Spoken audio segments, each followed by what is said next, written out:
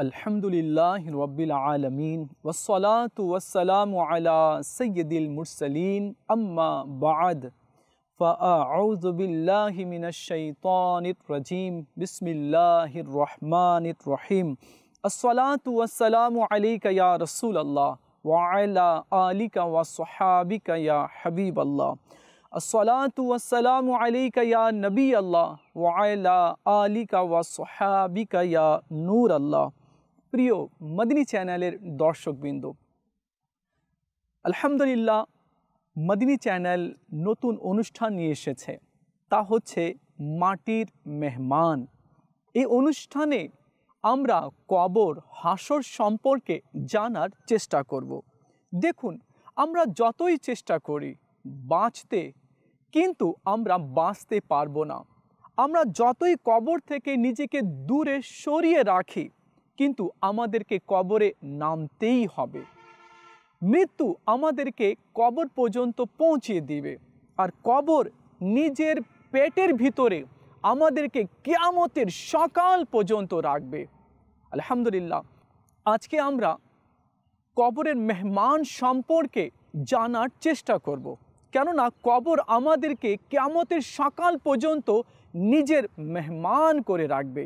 চলুন আগে আমরা দরুদ শরীফের একটি ফজিলত জেনে নিই। প্রিয় মদিনী চ্যানেলের দর্শকবৃন্দ, আমরা জানি মাহবুবে করিম রহমতুল আলামিন সরকার সাল্লাল্লাহু আলাইহি ওয়াসাল্লাম এর নুরানি দরবারে দরুদ শরীফ পাঠ করার অসংখ্য ফজিলত এবং বরকত রয়েছে। আল্লাহ নবী সাল্লাল্লাহু আলাইহি ওয়াসাল্লাম ইরশাদ করেছেন কি যে ব্যক্তি জুমার দিনে আমার উপরে ৮০ বার দরুদ শরীফ পাঠ করবে, আল্লাহ তাআলা তার ৮০ বছরের গুনাহকে ক্ষমা করে দিবেন। সুবহানাল্লাহ। চলুন আমরা সবাই নিয়ত করি, এখন থেকে আমরাও জুমার দিনে ৮০ বার দরুদ শরীফ পাঠ করে নিজের গুনাহগুলোকে ক্ষমা করিয়ে নিব ইনশাআল্লাহ আযজা ওয়া জাল। সাল্লু আলাল হাবিব সাল্লাল্লাহু তাআলা আলা মুহাম্মদ সাল্লাল্লাহু আলাইহি ওয়াসাল্লাম। প্রিয় মদিনী চ্যানেলের দর্শকবৃন্দ, আল্লাহর রসুল সাল্লাল্লাহু তাআলা আলাইহি ওয়া আলিহি ওয়াসাল্লাম ইরশাদ করেন, দুইটি জিনিসকে মানুষ খারাপ মনে করে, অথচ এই দুইটি জিনিস মানুষের জন্য অনেক উত্তম রয়েছে। আমার নবী সাল্লাল্লাহু তাআলা আলাইহি ওয়া আলিহি ওয়াসাল্লাম ইরশাদ করলেন, মানুষ মৃত্যুকে খারাপ মনে করে, অথচ মৃত্যু তার জন্য ফিতনা থেকে উত্তম। নাম্বার ২, আল্লাহ নবী সাল্লাল্লাহু আলাইহি ওয়াসাল্লাম ইরশাদ করেন, সম্পদের স্বল্পতাকে মানুষ অপছন্দ করে, অথচ সম্পদের স্বল্পতার দরুন কিয়ামতের হিসাব সেই ব্যক্তির কম হবে। সুবহানাল্লাহ। দেখুন প্রিয় মদিনী চ্যানেলের দর্শকবৃন্দ, আমরা মৃত্যুকে ভালো মনে করি না, অথচ মৃত্যু আসবেই আসবে, আর আমাদেরকে অন্ধকার কবরে নিয়ে যাবে। আর আমার নবী সাল্লাল্লাহু আলাইহি ওয়াসাল্লাম ইরশাদ করেন যে মৃত্যু মানুষকে ফিতনা থেকে বাঁচিয়ে নেয়। আর আমরা সব সময় কান্না করি, সব সময় আমরা অভিযোগ করি আমাদের সম্পদ কম, আমার অভাব বেশি, অথচ আমার নবী সাল্লাল্লাহু আলাইহি ওয়াসাল্লাম সেই সমস্ত অভাবীদেরকে সুসংবাদ শুনিয়েছেন যে কিয়ামতের দিনে সেই সমস্ত অভাবী ব্যক্তিরা তাড়াতাড়ি হিসেব দিয়ে জান্নাতে প্রবেশ করবে। আমার নবী সাল্লাল্লাহু তাআলা আলাইহি ওয়া আলিহি ওয়াসাল্লাম এর একটি হাদিসে কারিমা শুনুন। আমার নবী সাল্লাল্লাহু আলাইহি ওয়াসাল্লাম ইরশাদ করেন কি যারা গরিব রয়েছে, অভাবী রয়েছে, স্বল্প সম্পদ যাদের কাছে রয়েছে, তারা ধনী ব্যক্তিদের আগে ৫০০ বছর আগে তারা জান্নাতে প্রবেশ করবে। সুবহানাল্লাহ। বাইহাকি শুআবুল ঈমান এ জারআ বিন আব্দুল্লাহ রাদিয়াল্লাহু তাআলা আনহু বর্ণনা করেন, আমার নবী সাল্লাল্লাহু তাআলা আলাইহি ওয়া আলিহি ওয়াসাল্লামের একটি সুন্দর হাদিস তিনি নকল করেছেন। আমার নবী সাল্লাল্লাহু তাআলা আলাইহি ওয়া আলিহি ওয়াসাল্লাম ইরশাদ করেন, মানুষ নিজের জন্য জীবনকে ভালো মনে করে, অথচ মৃত্যু তার জন্য উত্তম রয়েছে। সম্পদের স্বল্পতাকে খারাপ মনে করে, অথচ তার হিসাব কম হওয়ার কারণ। সুবহানাল্লাহ, সুবহানাল্লাহ। দেখুন প্রিয় ইসলামী ভাইয়েরা আর মদিনী চ্যানেলের দর্শকবৃন্দ, কবর এমন একটি স্থান রয়েছে যে স্থানে আমাদেরকে কিয়ামতের সকাল পর্যন্ত আমাদেরকে থাকতে হবে। আর আমরা যা কিছু করেছি দুনিয়াতে, যা কিছু করেছি, ভালো অথবা মন্দ, নেক করেছি বা বদ আমল করেছি, আমরা কারো উপকার করেছি বা কারো ক্ষতি করেছি, আমরা কোরআনে পাকের তেলাওয়াত করেছি বা রোজা রেখেছি, আল্লাহ পাকের দরবারে বেশি পরিমাণে সিজদা করেছি বা নাফরমানি করেছি, আমরা যাই করি না কেন তার পুঙ্খানুপুঙ্খানুর প্রতিদান আমাদেরকে দেওয়া হবে। ভালো করলে কবরে ভালো প্রতিদান দেওয়া হবে, আর যদি মন্দ করি তাহলে মন্দর প্রতিদান আযাব হবে। আমাদেরকে নিজের কবরটাকে সাজিয়ে নিতে হবে। ইবনে মুবারক আব্দুল্লাহ ইবনে আমর থেকে বর্ণনা করেন, তিনি বলেন, দুনিয়া মুমিনের জন্য কারাগার এবং কাফিরদের জন্য স্বর্গ। মুমিনদের রূহ যখন বের হয় তখন তাদের উদাহরণ ওই ব্যক্তির মতো যে কারাগারে ছিল, অতঃপর মুক্তি দেওয়া হলো, এখন সে বাইরে আনন্দ করছে এবং ঘুরে বেড়াচ্ছে। প্রিয় মদিনী চ্যানেলের দর্শকবৃন্দ, মানুষ মৃত্যুকে পছন্দ করে না, অথচ মৃত্যু আসবেই আসবে। আর এই মৃত্যু মানুষকে কবরের মেহমান বানাবে, তাকে অন্ধকার কবরে থাকতে হবে। চলুন আমরা মৃত্যু সম্পর্কে জেনে নিই। আমরা মনে করি মানুষ মরে গেছে, এই তো লাশ পড়ে রয়েছে, সে শুনছে না, সে দেখছে না। না, সে শুনে, সে দেখে, কিন্তু বলতে পারে না। যখন মানুষের শরীর থেকে রূহ বের হয়ে যায়, তার মুখের উপরে চাদর পরিয়ে দেওয়া হয়, সে চিৎকার করে ডাকে, ও মা, মা আমার কাছে আসো, একটু বসো, আমার সাথে দুটি কথা বলে নাও। ও মা, তুমি যদি কথা না বলো তাহলে আর আমার সাথে কখনো কথা বলতে পারবে না। মা, আমাকে কিছুক্ষণের পর অন্ধকার কবরে নামিয়ে দেওয়া হবে, এরপরে আমার জীবনের হিসেব নেওয়া হবে। ও মা, আমাকে একটু সান্ত্বনা দাও। মা, তুমি দূরে দাঁড়িয়ে কেন রয়েছো? আমার কাছে এসে বসো। যা রূহ বের হয়ে গেছে সে চিৎকার করে মাকে ডাক দিবে, কিন্তু মা তার কথা শুনতে পারবে না। এরপর সে তার বাবাকে ডাক দিবে, বাবা, ও বাবা, একটু আমার কাছে আসো, আমার রূহ বের হয়ে গেছে, মালাকুল মউত এসে আমার রূহ কবজ করে নিয়েছে, আমার অঙ্গ প্রত্যঙ্গ ভেঙে পড়েছে। বাবা, একটু আমার কাছে আসো, আমার পাশে এসে বসো, আমি তোমাকে নিজের পাশে দেখতে চাই। সে মুর্দা নিজের বাবাকে ডাক দিবে, কিন্তু বাবা তার কোনো কথা শুনতে পারবে না। এরপর তার মেয়েকে ডাক দিবে, মামুনি, ও মামুনি, কই তুমি? কেন দূরে কান্না করছো? মা, আয় না আমার কাছে, একটু একটু বস আমার কাছে এসে। আমার মুখ থেকে, আমার চেহারা থেকে মা চাদর সরিয়ে দে, আমি তোমাকে দেখতে চাই। মা, তুমি আমার কাছে আসো, একটু বসো, দুটি কথা বলো। মুর্দার কথা তার মেয়েও শুনতে পারবে না। যেদিন আমরা মারা যাব, আমাদের দেহ থেকে কাপড় খুলে নেওয়া হবে, এরপরে গোসল দেওয়া হবে। হায়, আগে তো আমি নিজে নিজে গোসল করতাম, কিন্তু দুটি লোক এসে আমাকে গোসল দিবে, আমার মাথা থেকে পা পর্যন্ত পানি ঢেলে দিবে। এরপরে যে কাপড়কে আমি পছন্দ করতাম না, দূর থেকেও দেখলে ভয় পেয়ে যেতাম, সেই কাফনের কাপড় পরিয়ে দেওয়া হবে। এরপর দূরে খাটের মধ্যে লাশকে রেখে দেওয়া হবে। এরপর জানাজা হবে, কাঁধের উপরে উঠিয়ে কবরস্থানের দিকে নিয়ে যাওয়া হবে।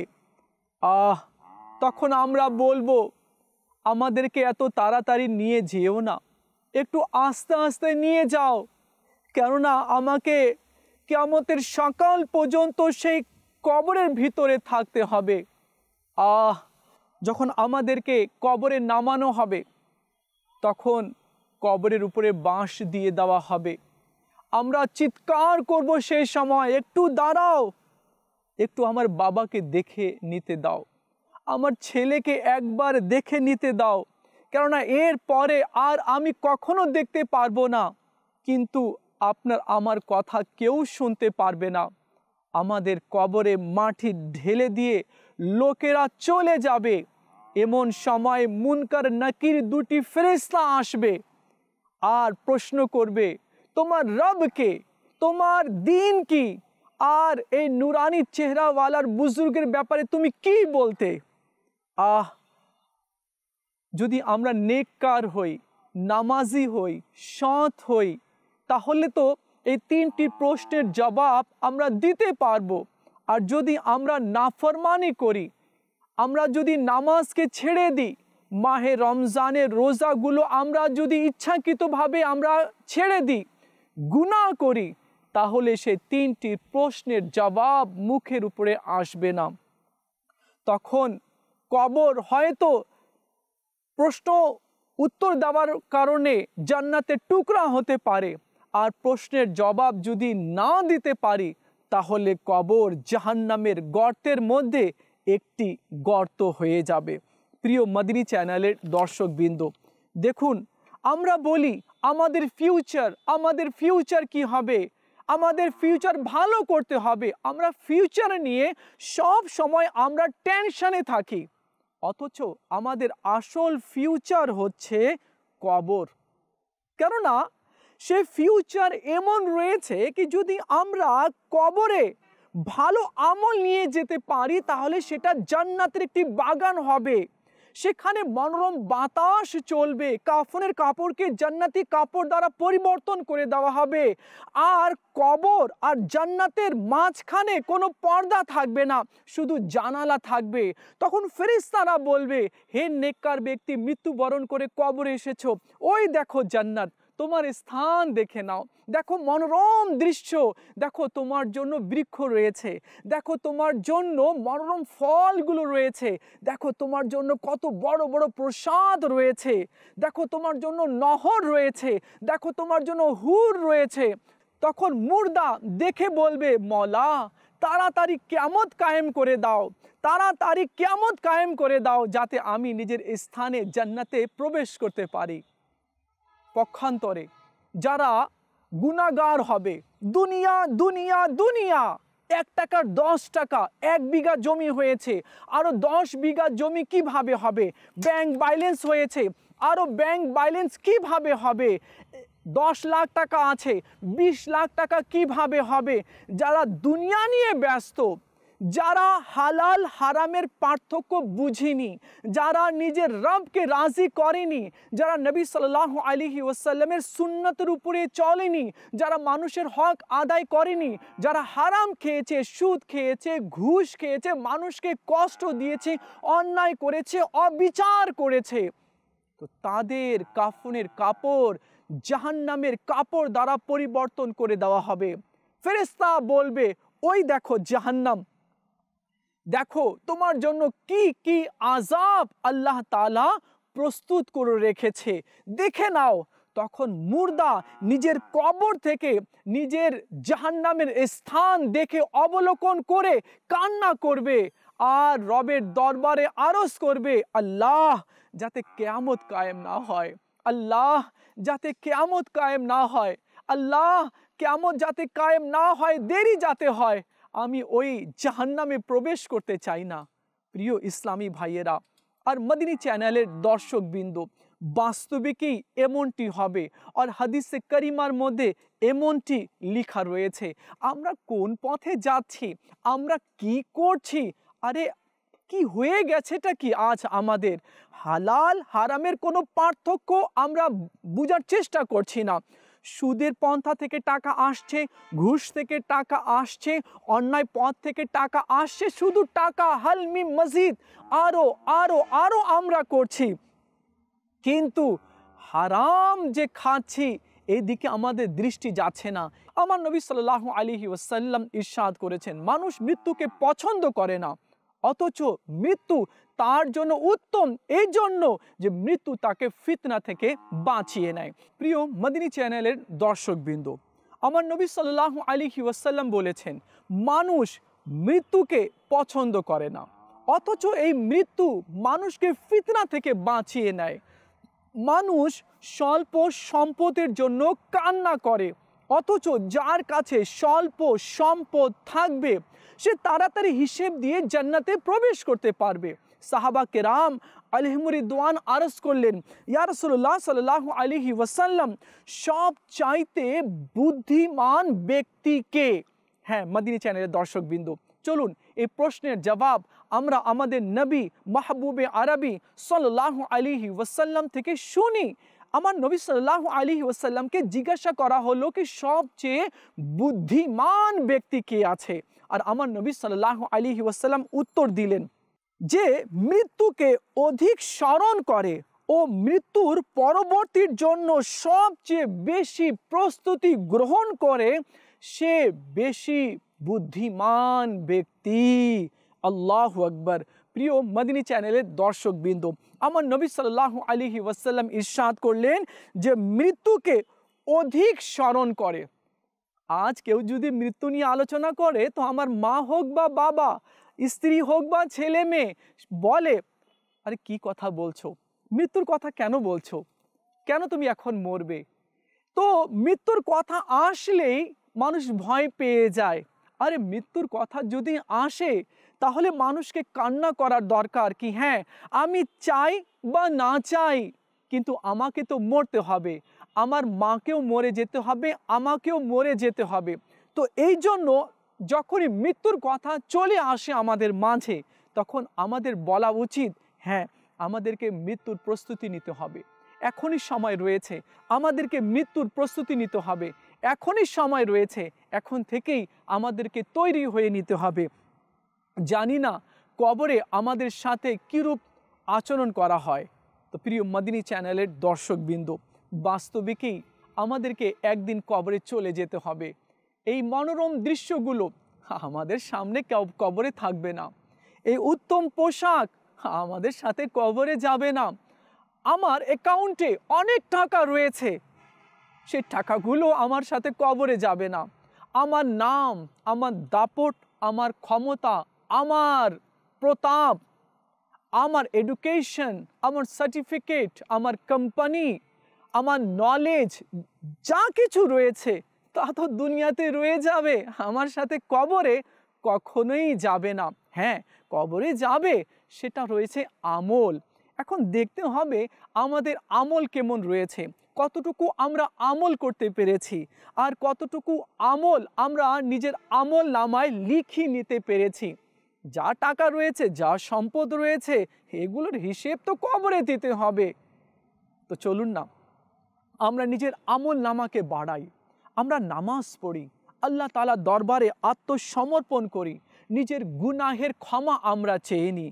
আর আমার নবী সাল্লাল্লাহু আলাইহি ওয়াসাল্লাম ইরশাদ করেছেন, তোমরা হঠাৎ মৃত্যু থেকে আল্লাহর কাছ থেকে পানাহ চাও, কেননা যাদের হঠাৎ মৃত্যু হয়ে যায় তারা তওবাও করতে পারে না, ওসিয়তও করতে পারে না, নিজের লেনদেনের কথাগুলো মানুষকে বলতে পারে না।